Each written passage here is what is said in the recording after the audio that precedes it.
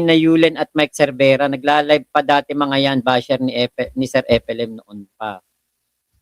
O, andito pala si ano, si Tess, Canada, FLM. Ito yung Tess Fernandez Nadlang. Sabi pa dito, oo, basher yan. Aboy na yan. Bayaran daw yan. Putya, nasa CICC na yan eh. Tauhan ng gobyerno yan. Paano magiging bayar? Abogado noon yun. Noon pa abogado yan.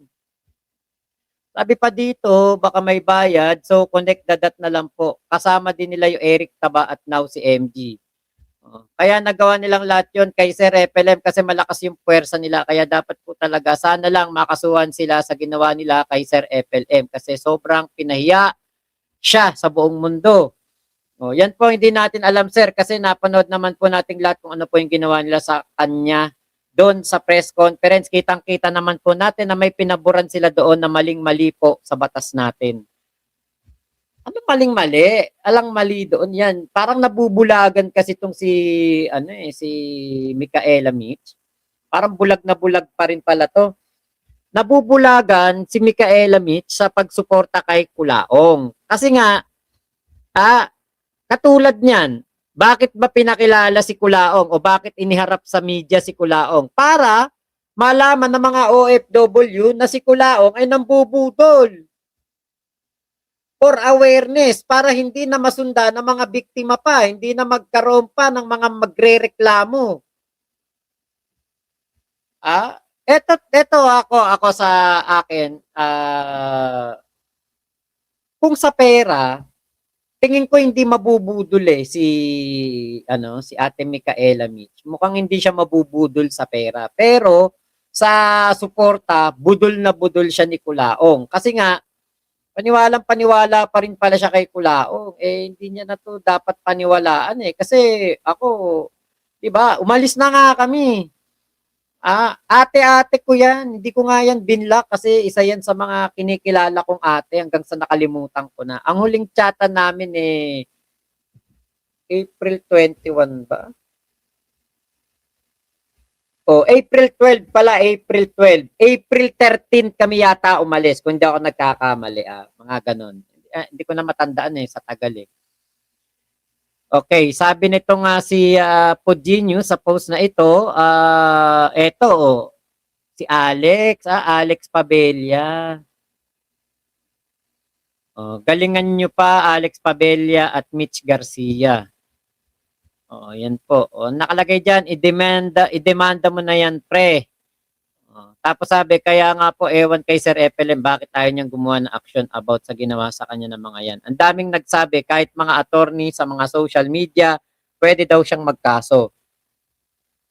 Kutya, kung ikaw, abogado ka lang sa social media, walang kakwenta-kwenta yun. Kasi nakikita ko yung ibang mga nag-aabogado sa social media, yung mga abogadong nagsosokmed na, wala akong kaamor-amor. Ewan ko kung bakit. Kasi dapat nasa korte kayo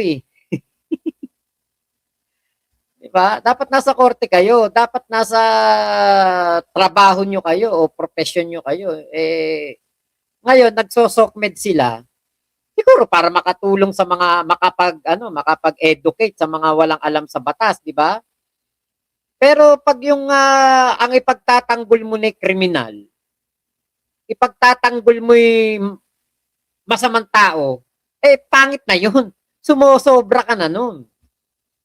Kasi meron ng mga meron po talagang mga abogado na nagtatanggol kay Kulaong.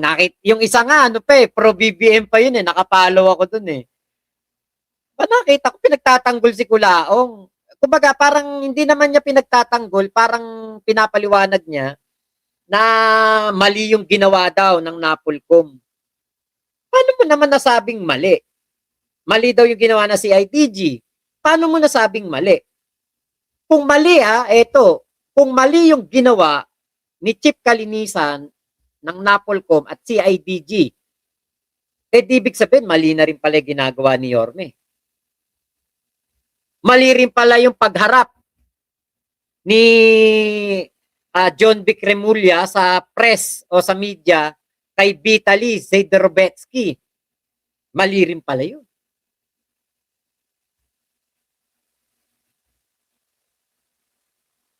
Mali rin pala yung ginawang pagharap kay ano.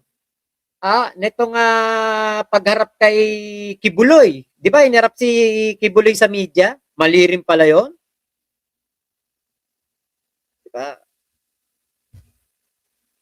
Parang alam mo yung double standard kasi itong mga to. Porke, parang ano, parang gano'n. Parang porke pabor dapat kay Kulaong dapat ba? Di ba? Parang double standard sila eh.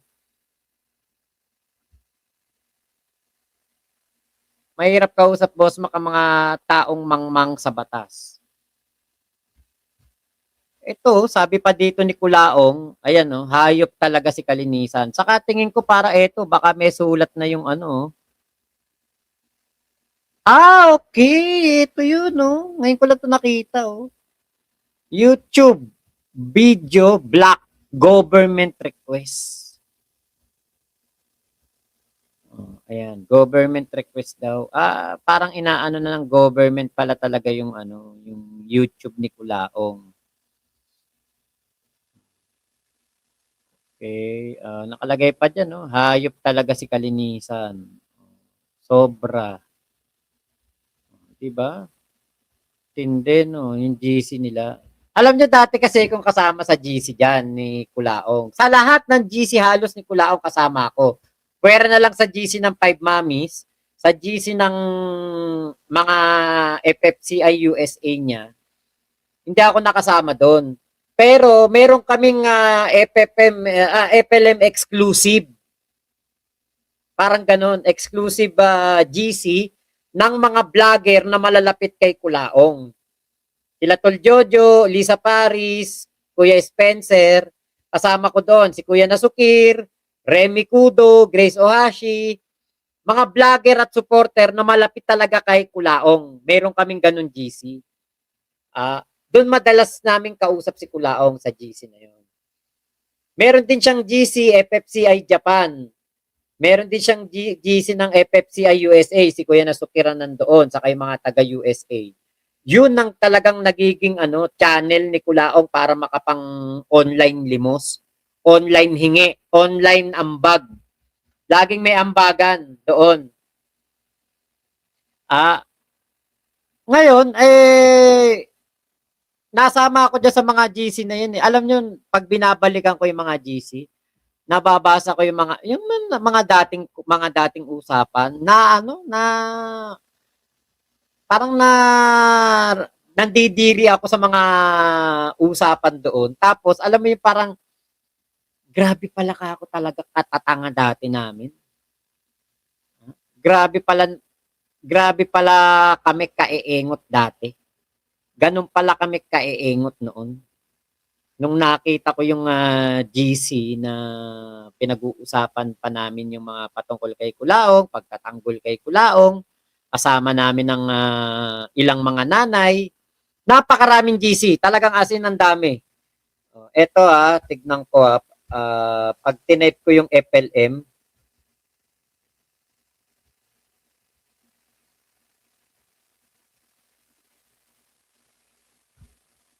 ito tignan nyo kung gaano karaming GC na kasama ko. Yung iba umalis pa ako, may FLM White House, may GAT FLM, FLM Update Meeting, Team Solid FLM, FLM HQ, Mindanao, FLM Family Club, Malaysia Exclusive. Inano ko na yan, akin yan, inano ko na yan. Puntahang FLM, FLM Family Club Incorporated Canada. Kasama ako dito kasi kami nila Macber yan. FLM Legit Defender Vloggers.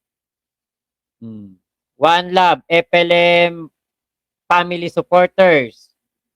Napakarami pong napakaraming GC. Hindi lang yan, yung mga umalis pa kami. Yung mga inalisan ko pa na GC. Napakarami po talaga. As in, ang dami talaga naming diyan, mga GC. Mababasa mo rito yung mga puro kabugukan namin dati kay Kulaong. Naalala ko yung White House na yan, ah. Diyan kami dati nagbabardagulan nila, ano, nila Kuya Nino, nila Dong Batalan, sila, sino pa ba yung nandito? Si Lemor, yan. Diyan ka nagbabardagulan, pati si Yama. Real Green May, si Ate Michelle, ay nako, same pa rin tong ginagawa ko last month ko pa to inumpisahan, whole day kahapon, di ko to nagawa. Yung ano mo, yung, ang tawag doon, yung ini-stitch mo. Cross-stitch. Kuya Jaime, sabi nga nung panahon ng okay, makapili ang Pinoy, Pinoy taga Pinoy turo. Kaya si Norman Culaong certified. Okay, okay po. Okay. Kuya Elmer, ayan, hello, Ate Michelle. Kaya nga Kuya Henry, kayo na naman puyat ngayon.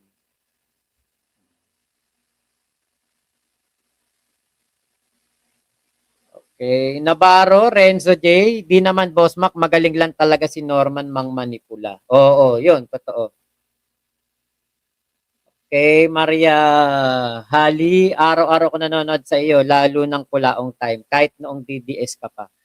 Ay, hindi po ako DDS. Hindi po ako naging DDS. Kasi kapag sinabing DDS, di ba, Duterte diehard supporter. Hindi po ako naging DDS, ha. Disclaimer lang po. Hindi po ako naging DDS kasi baka po merong maniwala sa iyo, Ate Maria Hali o Hailey. Nagbablog lang po ako dati kay Digong pero hindi po ako naging DDS. Kasi ang DDS dati, si ano yan, si Kuya Nino, yan. Talagang DDS sila. Diehard supporter. Ako po hindi. Wala po. Hindi po ako talaga, hindi po ako naging DDS. Kuya Jaime Gonzales, okay lang yan, Boss Mac, nagkakamali talaga ang tao. Yun, di ba? Pero may repent, di ba? Repentance is the key. Kung gusto mo talagang umalis dyan sa pagiging banu mo sa pagsuporta. Katulad nito, si Kulaong, makikita natin diyan, parang baleto ka na uwak. 'Di ba? Na walang kasama, wala man lang abogadong tumutulong. Kasi 'di ba tayo ako lalo na ako sa mundo ng politika eh. Makita natin mga abogado kapag andyan yung kliyente, abogado nasa likod eh, 'di ba? O kaya minsan kapag may mga press con o merong mga interview, abogado nagsasalita eh. Eh dito kay Kulaong wala man la. Kailan nyo nakitang may kasamang abogado yan? Wala. 'Di ba? Kahit sa ombudsman, walang kasamang abogado. 'Di ba? Kaya ano to eh, si Kulaong talagang certified buraot lang talaga to. Talagang yabang lang ang dala. Kita nyo lahat ng mga pinagsasabi nito sa mga previous vlogs, previous video niya, lahat walang nagkatotoo. Lahat ng mga pinagmumura niya, binantaan niyang sasampalin, dudukutin niya sa bahay, sasampigahin niya sa harapan ng pamilya, kakaltukan niya sa harapan ng mga anak, walang nangyari. Bakit? Buraot lang yan. Walang ano yan, walang anong tao yan. Wala talaga maipagmamalaki, walang maipagyayabang. Ravenclaw, Sir Ma, kapag si Kulaong ay magpupul ng strings at name drop ng mga makapangyariang officials, okay lang. Pero once he was treated like an average citizen, biglang below the belt na, biglang kawawa na. At dun nga po magaling si Kulaong. Mag-twist ng istorya. Tinatanggi ni Kulaong na nawala yung certificate niya kasi di niya matangas. Ano yung matangas? Okay, sakit sa pag-iisip. Okay, isa Boss Mac yan pala si Kulaong ay may sakit talaga sa pag-iisip. Certified na Mandaluyong Hospital. Sabi ni Kulaong, nawawala daw yung certificate niya. Okay, yun pala yun. Nimpa Sardea, hello po. Shine Jujin. Ayan. Shin Jujin. Ayun, hello po. Okay, Kuya Chodor, kulang pa yung ginawa kay Kulaong. Ngayon, feeling pa victim. Wow, there is no logic in there. Micaela, nagayuma yan siguro. Ewan ko kung nangyari dyan kay Ate Micaela Mitch. Ang bait niyan. Kita nyo, after naming umalis, wala siyang chat sa akin na kahit isa na masama o sinabi sa akin. Honorio Sumalde, Mac, tanong lang po, patuloy ba ang mga kaso ni Culaong sa mga magulang ni MG? Opo. Mami Bex, ayan, resting. Nel Chris, ayaw ko nga banggitin yung name, nasusuka ko. Kuya Henry, mega mega love shoutout sa inyong lahat at sa Pablo Natix family. Di ko na kayo isa-isahin. Alam nyo na kung sino-sino kayo. Palike naman tayo mga guys. Ayun. Ayesha Isha. Ayan. Hello po, hello po. Na simula't-simula sabihin nila, pandemic hero, dyan kayo nagkamali behind the back. Yun nga, kabaliktaran. Okay. Yung Ate Marbs na OFW kawewe, obsessed kay Kulaong. Kaponesang Pinay, kung ang kotse uhaw sa gasolina, si Kulaong uhaw sa palipad. Naku, wala na siyang palipad ngayon. Ate Prinsesang Palaboy, hamunin ko si Doc Badingdong ng suntukan. Kanino kapusta, Kuya Henry? Siyempre sa'yo na, putya, nakita ko footworks nun eh. Nakita ko kung sumuntok yun eh, ganun eh. Ganun sumuntok eh. Kaya nga sabi ko, susunod kapag nag-sparring yan, manonood ako. Manonood lang ako. Tapos, hahamunin ko. Ako na hahamon. Wag mo nang sirain yung kamay mo. Ate Prinsesang Palaboy. Tapos, pag akyat ko ng ring, dapat nakaganyan, naka-crop top.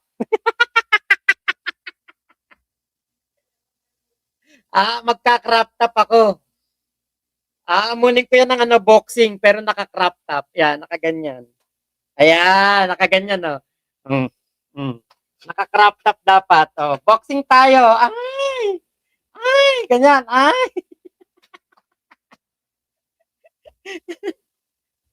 Ewan ko lang kung labanan pa ako nun. Putang ina, bading pala yun eh.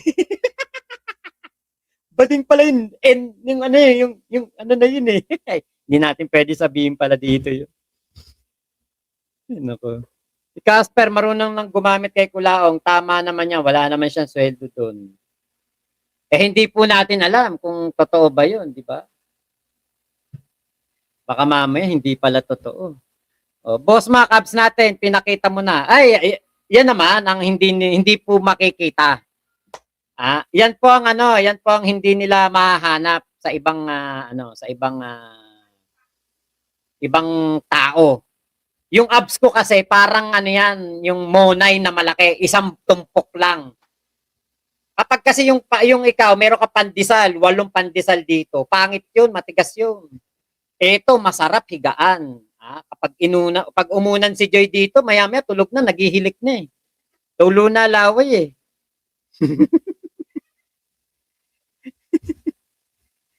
Ay, Chaiter, hello po. Naalala ko na naman yung LS few days. Nako, oo, ate. Buti nga, konti lang nanonood nun eh. Boss Mac, wag niyo po pakita pa ni Kulaong. Kumakain po kasi ko. Trigger woman, hello, hello. Okay, sabunutan na lang. Oo nga, pink butterfly. Ako, nakita ko paano kumanta at sumayaw si Prinsesang Palaboy, kaya sa kanya ako pupusta. Okay, manood tayo ng commercial, tulong kay Boss Mac. Yung ads, oo, thank you po. Kakatawa si Kiko Barsaga, nakiboxing. Oo nga eh. Talo naman. Pero at least, di ba, lumaban. Sesembla, ganyan trilyonaryo, ang isa na lang, walang bodyguards, asa ng group of lawyers. Group of liars po kasi meron. Golden Takore, lakas din, Doc, mang alipusta ng asawa. Grabe pala bunganga ni Doc. Uy, hindi ko kinaya yun, Kuya Golden Takore. Hindi ko kinaya. Kaya pala di makakit kanina sa group call si Joy to the World.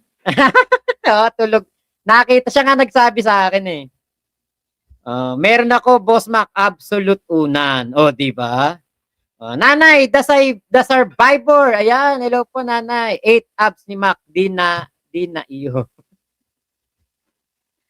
Hello po na the survivor Yan ang nanay namin na matinding nanay namin sa Kulaong Nation noon. Kuya Jaime, tagal kong nawala, Boss Mac. Duty ko lagi panggabi sa RDC Bilibid. Ngayon lang ako nag-offsetting. Okay po. Iloy, oy, dinner time na here, sabi ni Iloy. O, sige, kain lang po kayo dyan. Deborah Bustos, may pag-asa bang makulong ang trilyonaryong peke? Ay, oo naman. Opo, totoo naman. Meron naman talaga. Ate Mayet, Gregorio, ayan, hello po. Navarro, grabe, tindi talaga ni Norman. Apaka-delikadong tao talaga niyan. Napakagaling mang manipula kahit sukol na. Yun nga po, ganun po talaga ang ano niyan. Ang, kumbaga yung level ng pagiging delikado ni Kulaong nakakatakot. Isabel Bibora, hello po. Interview nila si Lustay ni Banat Bay. Binlock ako. Allowed lang mag-comment mga taga Dutae University. Pa-block po talaga kayo doon. Okay. Eto pa. Akit pa tayo. Eto, inedit Manyakol. Eto yung group of lawyers ni Kulaong. Ayan group of lawyers niya. Yung pala mga group of liars. Ayan Hindi ko nakilala 'tong mga 'to. Wala na akong ang kilala ko lang dito si Ate Micaela Mitch. Yun lang. Yung Mitch, yung Garcia Mitch. Yun lang kilala ko dito, wala na iba. Okay. Ito yung yung warden ni Mangusin, si Sabeñano, nagpayaman sa loob ng BJMP. Yun ang sabi ni dito, Friends of Food Genius. Yan po yung, kasi ito yung warden dun sa Hoyo ni Kulaong, na nakakapag-cellphone si Kulaong. Yan yun, yung Sabeñano. So maraming salamat po Ingat po kayo. Nasaan mang panig kayo ng mundo. Momo, chup chup, love you. God bless us all. Pilipinas, God first.